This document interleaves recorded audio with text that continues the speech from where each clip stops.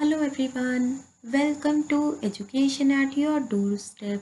This is Charul and we are going to start the ninth lecture of pollution. And in this lecture, we are going to talk about the marine water pollution. But before that, please subscribe to my channel and do hit the like button. So guys, in the previous lecture, we have already discussed about the sources of the water pollutants. So guys अगर अभी तक आपने वो video नहीं देखी है तो please देख लीजिए, उसका लिंक डिस्क्रिप्शन बॉक्स में दिया हुआ है। सो गाइस अभी बात करते हैं कि मेराइन पोल्यूशन क्या होता है। सो गाइस हमने देखा था कि अगर कोई भी कॉन्टेमिनेंट हमारी वाटर बॉडीज़ में ऐड हो जाता है जिसकी वजह से पानी की क्वालिटी डिग्रेड हो जाती है तो इसे हम लोग क्या बोलते हैं, वाटर पोल्यूशन। उसके बाद हमने देखा था कि कितनी तरह की वाटर बॉडीज़ होती हैं। कुछ वाटर बॉडीज़ सरफेस के ऊपर प्रेजेंट होती हैं तो कुछ अंडरग्राउंड होती हैं। एंड जो भी वाटर बॉडीज सरफेस के ऊपर प्रेजेंट होती हैं उन्हें भी बेसिकली हम लोग दो कैटेगरीज में डिवाइड कर सकते हैं। पहली होती है फ्रेश वाटर बॉडीज और दूसरी होती है marine water bodies. So guys fresh water bodies में आती हैं लेक्स, पॉन्ड्स, रिवर्स। यहाँ पर बहुत ही ज़्यादा सॉल्ट कंटेंट नहीं होता, लेकिन जो मेराइन वाटर बॉडीज होती हैं यहाँ के वाटर में बहुत ही ज़्यादा सॉल्ट कंटेंट प्रेजेंट होता है, जैसे कि सीज एंड द ओशियंस में। सो गाइस होता क्या है कि अगर जो कंटेमिनेंट्स हैं, पोल्यूटेंट्स हैं, ये हमारी मेराइन वाटर बॉडीज जैसे कि सीज एंड ओशंस में ऐड हो जाते हैं जिसकी वजह से पोल्यूशन हो जाता है, तो इसे हम लोग क्या बोलते हैं, मेराइन पोल्यूशन। उसके बाद गाइस आपको याद रखना है कि मेराइन पोल्यूशन के दो मेजर रीजंस होते हैं। पहली चीज़ तो ये है कि अगर कोई भी कॉन्टेमिनेंट हमारी वाटर बॉडी में आ जाएगा तो इसकी वजह से मेराइन पोल्यूशन होगा। दूसरी चीज़ ये हो सकती है कि वहाँ पर ऑयल स्पिल हो जाए। सो गाइस होता क्या है कि जितनी भी वाटर बॉडीज होती हैं जैसे कि रिवर्स, वो वहाँ कहाँ पर जाकर ख़त्म होती हैं, वो बेसिकली ख़त्म होती है सीज एंड ओशियंस में। मतलब जितने भी वेस्ट प्रोडक्ट्स या फिर पोल्यूटेंट्स हमारी रिवर बॉडीज में प्रेजेंट होते हैं वो बेसिकली कहाँ पर जाकर ख़त्म होते हैं, सीज एंड ओशियंस में। क्योंकि जो रिवर्स होती हैं वो ओरिजिनेट होती हैं ग्लेशियर से और ख़त्म हो जाती हैं सीज एंड ओशियंस में, जिसकी वजह से गाइस जो सीज एंड ओशियंस होते हैं उनके सरफेस पर और उनके बेड पर बहुत ही ज़्यादा पोल्यूटेंट्स पाए जाते हैं। कुछ पोल्यूटेंट्स होते हैं ऑर्गेनिक और कुछ होते हैं इनऑर्गेनिक। तो जो ऑर्गेनिक पोल्यूटेंट्स होते हैं वो तो बेसिकली डिकम्पोज हो जाते हैं माइक्रोबियल एक्शन के कारण, जिस प्रोसेस को हम लोग ट्रेसिबिलिटी बोल देते हैं। लेकिन गाइस कुछ पोल्यूटेंट्स होते हैं इनऑर्गेनिक जो कि बेसिकली ऑक्सीडाइज हो जाते हैं या फिर रिड्यूस हो जाते हैं क्योंकि वो डिकम्पोज नहीं हो पाते। इसीलिए गाइस जो इनऑर्गेनिक पोल्यूटेंट्स होते हैं वो बहुत ही ज़्यादा हार्मफुल होते हैं as compared to the organic pollutants. उसके बाद गाइस होता क्या है कि एक कंट्री से दूसरी कंट्री तक जो ऑयल है वो बेसिकली ट्रांसपोर्ट किया जाता है थ्रू द शिप्स, जिन्हें हम लोग ऑयल टैंकर्स का नाम भी दे देते हैं।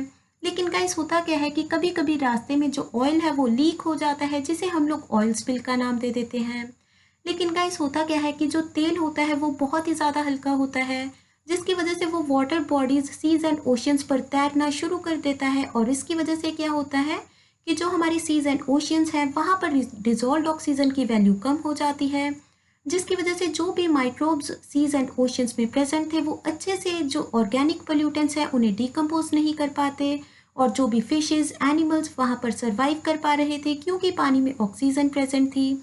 लेकिन क्योंकि अभी ऑक्सीजन की जो क्वांटिटी है वो डिक्रीज हो गई है तो इसकी वजह से उनकी भी डेथ हो जाएगी।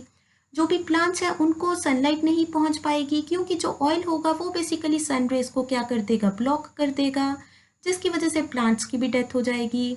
और इस तरह से गाइस जो मेराइन बायोडाइवर्सिटी है, इकोसिस्टम है, उसे बहुत ही ज़्यादा हार्मफुल इफेक्ट्स हो जाते हैं।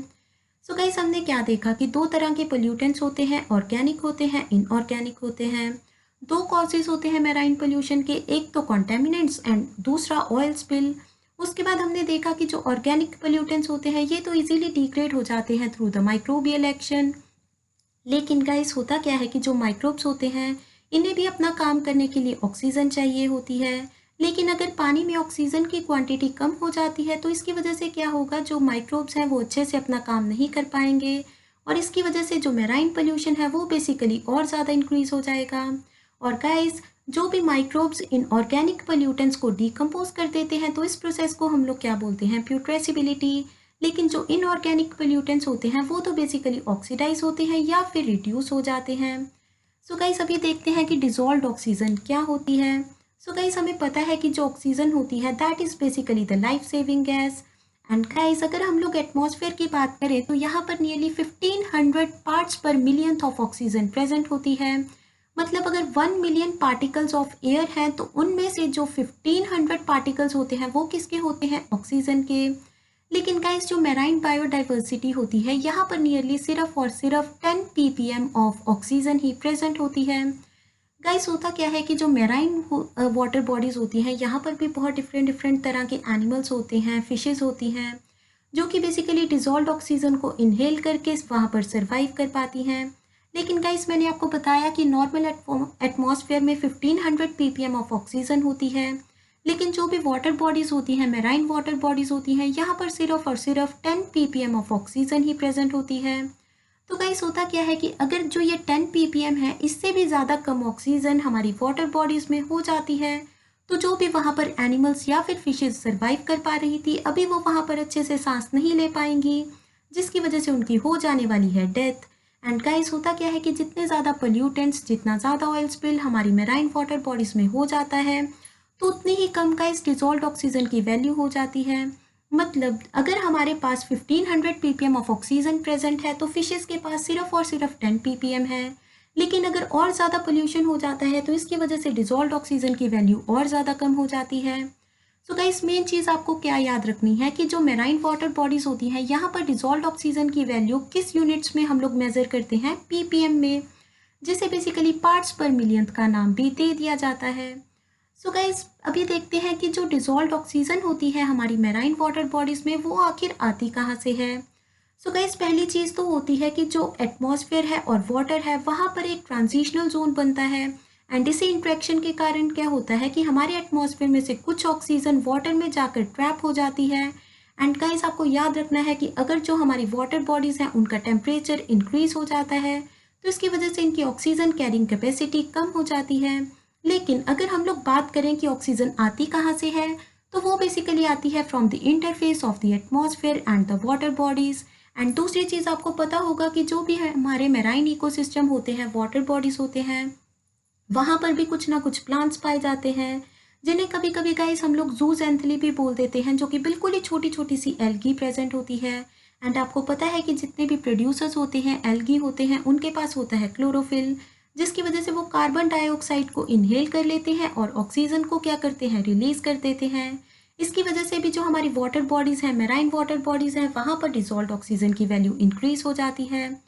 तो गाइस दो चीज़ें कहाँ से ऑक्सीजन आ रही है, एक तो from the interface of the ocean, seas and the atmosphere, दूसरी चीज़ कहाँ से आ रही है, from the producers.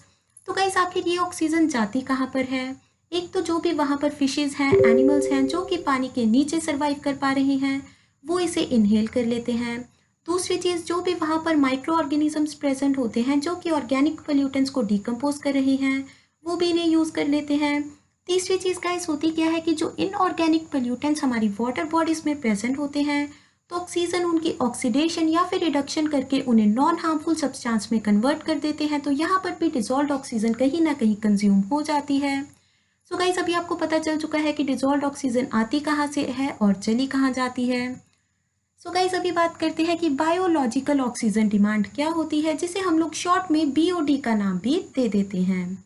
So guys जो हमारी मैराइन वाटर बॉडीज़ होती हैं यहाँ पर कुछ फिशेस रहती हैं, एनिमल्स रहते हैं, कुछ माइक्रोब्स होते हैं जो कि बेसिकली जो ऑर्गेनिक पोल्यूटेंट्स हैं उन्हें डिकम्पोज कर देते हैं, जिसकी वजह से न्यूट्रिएंट रिसाइकलिंग हो जाती है। सो गाइस जितनी भी ऑक्सीजन हमारे माइक्रोब्स को चाहिए होती है सो दैट वो सारे के सारे ऑर्गेनिक पोल्यूटेंट्स को डिकम्पोज कर पाएँ, ऑर्गेनिक वेस्ट को डिकम्पोज कर पाएँ, तो उस ऑक्सीजन की डिमांड को हम लोग क्या बोलते हैं, बायोलॉजिकल ऑक्सीजन डिमांड। गाइस मैंने बताया था आपको कि डिसॉल्व्ड ऑक्सीजन कहाँ कहाँ पर यूज़ होती है, तो वहाँ पर एक मेजर चीज़ क्या होती है कि जो भी माइक्रोब्स हमारी वाटर बॉडीज़ में प्रेजेंट हैं जो कि ऑर्गेनिक पोल्यूटेंट्स को डिकम्पोज कर रही हैं, उन्हें बेसिकली कितनी ऑक्सीजन की ज़रूरत है सारे के सारे ऑर्गेनिक वेस्ट को डिकम्पोज करने के लिए, उसे हम लोग क्या बोलते हैं, बीओडी का नाम दे देते हैं। एंड गाइस हमने देखा था कि डिसॉल्व्ड ऑक्सीजन को हम लोग मेजर करते हैं in the ppm, that is parts पर मिलियंथ।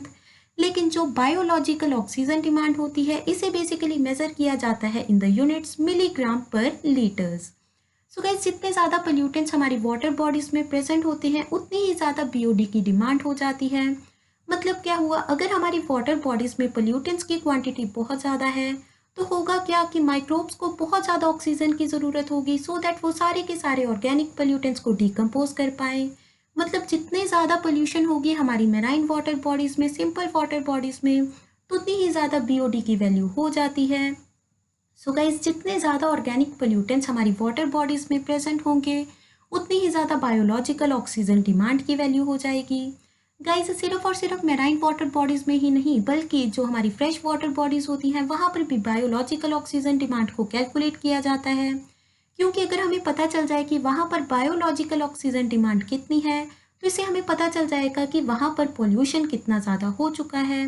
सो गाइस, हमने क्या देखा कि जितनी ऑक्सीजन की ज़रूरत माइक्रोब्स को पड़ती है सो दैट वो सारे के सारे ऑर्गेनिक वेस्ट को अच्छे से डिकम्पोज कर पाए, उस चीज़ को हम लोग क्या बोलते हैं, बायोलॉजिकल ऑक्सीजन डिमांड।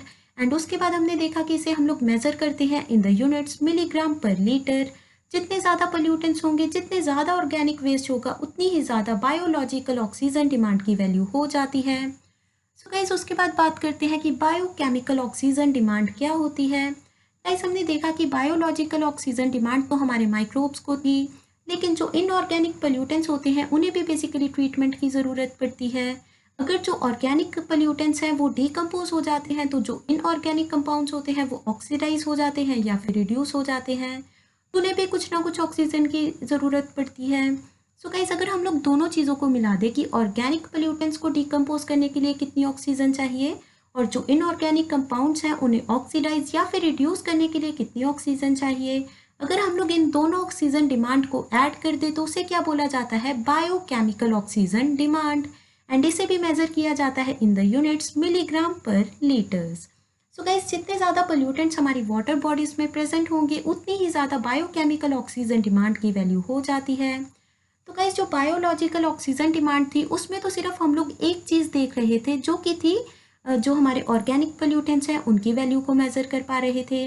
लेकिन जो बायोकेमिकल ऑक्सीजन डिमांड होती है, इसमें ऑर्गेनिक पोल्यूटेंट्स भी आ जाते हैं और इनऑर्गेनिक पोल्यूटेंट्स भी। तो गाइस, जो बायोकेमिकल ऑक्सीजन डिमांड होती है, इसे बेसिकली हम लोग कभी कभी केमिकल ऑक्सीजन डिमांड का नाम भी दे देते हैं। तो इससे हम लोग मेज़र करते हैं कि कितने ऑर्गेनिक और इनऑर्गेनिक पोल्यूटेंट्स हमारी वाटर बॉडीज़ में प्रेजेंट हैं। तो कौन सी ज़्यादा अच्छी अप्रोच हुई, बायोलॉजिकल ऑक्सीजन डिमांड वाली या फिर बायोकेमिकल? ऑब्वियो है गाइस, बायोकेमिकल, क्योंकि इसमें हमें बेसिकली ऑर्गेनिक और इनऑर्गेनिक पोल्यूटेंट्स दोनों के बारे में पता चल जाता है। लेकिन जो बायोलॉजिकल ऑक्सीजन डिमांड होती है उसमें सिर्फ और सिर्फ हमें ऑर्गेनिक पोल्यूटेंट्स के बारे में ही पता चलता है। लेकिन गाइस, जितना ज़्यादा पोल्यूशन होगा उतनी ही ज़्यादा बीओडी और सीओडी की वैल्यू इंक्रीज हो जाती है।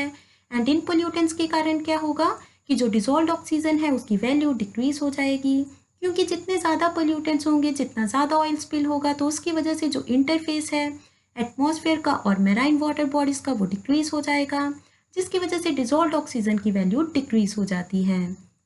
सो गाइस, अभी बात करते हैं ऑयल स्पिल के बारे में। तो गाइस, हमें पता है कि कुछ ही कंट्रीज़ हैं जहाँ पर ऑयल पाया जाता है, तो वहाँ से बेसिकली जो ऑयल है वो एक कंट्री से दूसरी कंट्री तक ट्रांसपोर्ट किया जाता है। अभी गाइस, जो डिफरेंट कंट्रीज़ हैं उन्हें जोड़ा जाता है सीज एंड ओशियंस की हेल्प से। तो जो भी ऑयल ट्रांसपोर्ट किया जाता है वो बेसिकली किया जाता है थ्रू द शिप्स, मतलब वहाँ पर ऑयल टैंकर्स होते हैं जो कि ऑयल को एक कंट्री से दूसरी कंट्री तक ट्रांसपोर्ट करते हैं। लेकिन गाइस, रास्ते में क्या होता है, कभी कभी जो ऑयल है उसकी लीकेज होनी शुरू हो जाती है, जिसे हम लोग ऑयल स्पिल का नाम दे देते हैं। सो गाइस, जो पूरा का पूरा ऑयल होता है वो हमारी मेराइन वाटर बॉडी के सरफेस को कवर कर देता है, जिसकी वजह से क्या होगा, जो इंटरफेस है एटमॉस्फेयर और वाटर बॉडीज़ में वो ब्लॉक हो जाएगा, जिसकी वजह से जो ऑक्सीजन है वो हमारी वाटर बॉडीज़ में एंटर नहीं हो पाएगी और इसकी वजह से जो डिसॉल्व्ड ऑक्सीजन की वैल्यू है वो डिक्रीज हो जाएगी। और गाइस, इससे ज़्यादा क्या प्रॉब्लम होने वाली है कि एक तो पहले ऑक्सीजन नहीं पहुंच रही है हमारी वाटर बॉडीज़ में, दूसरी चीज़ क्या होती है कि जो सन रेज है उसकी पेनिट्रेशन भी कम हो जाती है। तो पहले तो जो डिसॉल्व्ड ऑक्सीजन है इसकी वैल्यू कम होने के कारण फिशेस एंड एनिमल्स को अच्छे से ऑक्सीजन नहीं मिल पाएगी, जिसकी वजह से उनकी डेथ हो जाएगी। लेकिन अगर अच्छे से सन रेज हमारे जो वाटर बॉडीज़ है वहाँ तक पेनिट्रेट नहीं कर पाएंगी, तो इसकी वजह से क्या होगा, जो भी वहाँ पर प्रोड्यूसर्स है वो ऑक्सीजन को रिलीज़ नहीं कर पाएंगे। एंड अगर उन्हें सनरेज नहीं मिलेंगी तो इसकी वजह से प्लांट्स की भी डेथ हो जाएगी। और ऐसे गाइस होगा क्या कि धीरे धीरे जो हमारी मेराइन बायोडाइवर्सिटी है, मेराइन इकोसिस्टम है, वो पूरी तरह से ख़त्म होना शुरू हो जाएगा। क्योंकि गाइस, हमने क्या देखा कि पहली चीज़ तो ये है कि ऑयल स्पिल के कारण जो इंटरफेस है हमारे एटमॉस्फेयर और वाटर बॉडीज़ में वो डिस्टर्ब हो जाएगा, जिसकी वजह से डिज़ोल्व्ड ऑक्सीजन कम हो जाएगी। दूसरी चीज़, सनरेज अंदर तक पेनिट्रेट नहीं हो पाएंगी, जिसकी वजह से जो भी प्रोड्यूसर्स पानी के नीचे प्रेजेंट हैं उन्हें सनरेज नहीं मिलेंगी, जिसकी वजह से फोटोसिंथेसिस नहीं होगा और इसकी वजह से क्या होगा, ऑक्सीजन रिलीज नहीं होगी और इसकी वजह से भी डिज़ोल्व्ड ऑक्सीजन की वैल्यू डिक्रीज हो जाएगी। सो गाइस, अभी होगा क्या, जो भी प्रोड्यूसर्स प्रेजेंट थे, एनिमल्स प्रेजेंट थे, अगर उनकी एक बार डेथ हो चुकी है तो वो धीरे धीरे सीज एंड ओशियंस के सरफेस पर सेटल होना शुरू हो जाएंगे। एंड जो प्लांट्स एंड एनिमल्स होंगे ये भी एक तरह का वेस्ट है। मतलब पहले ही हमारी जो वाटर बॉडीज थी वहाँ पर बहुत ज़्यादा पोल्यूशन हो चुका था, ऑयल स्पिल हो चुका था, जिसकी वजह से मेराइन पोल्यूशन हो गया था। लेकिन अभी क्या हुआ, प्रोड्यूसर्स एंड एनिमल्स की डेथ के कारण और ज़्यादा पोल्यूशन हो चुका है। एंड गाइस, जो भी प्रोड्यूसर्स है वो कैसे पोल्यूटेंट्स बनाने वाली हैं, ऑर्गेनिक पोल्यूटेंट्स। एंड जो एनिमल्स होते हैं उनमें भी बेसिकली क्या प्रेजेंट होता है, कार्बन डाइऑक्साइड प्रेजेंट होती है, नाइट्रोजन, प्रोटीन्स वगैरह प्रेजेंट होते हैं, जो कि आसानी से डिकम्पोज हो जाते हैं through the microbial action.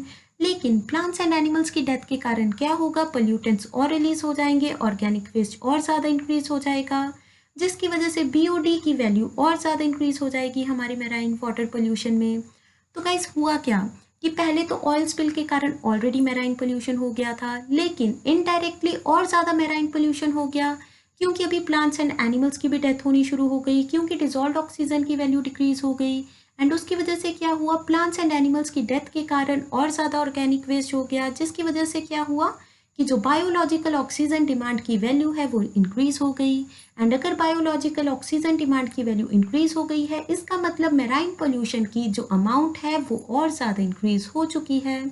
So guys, that's all for today, and in the next lecture we are going to talk about the harmful effects of the water pollution.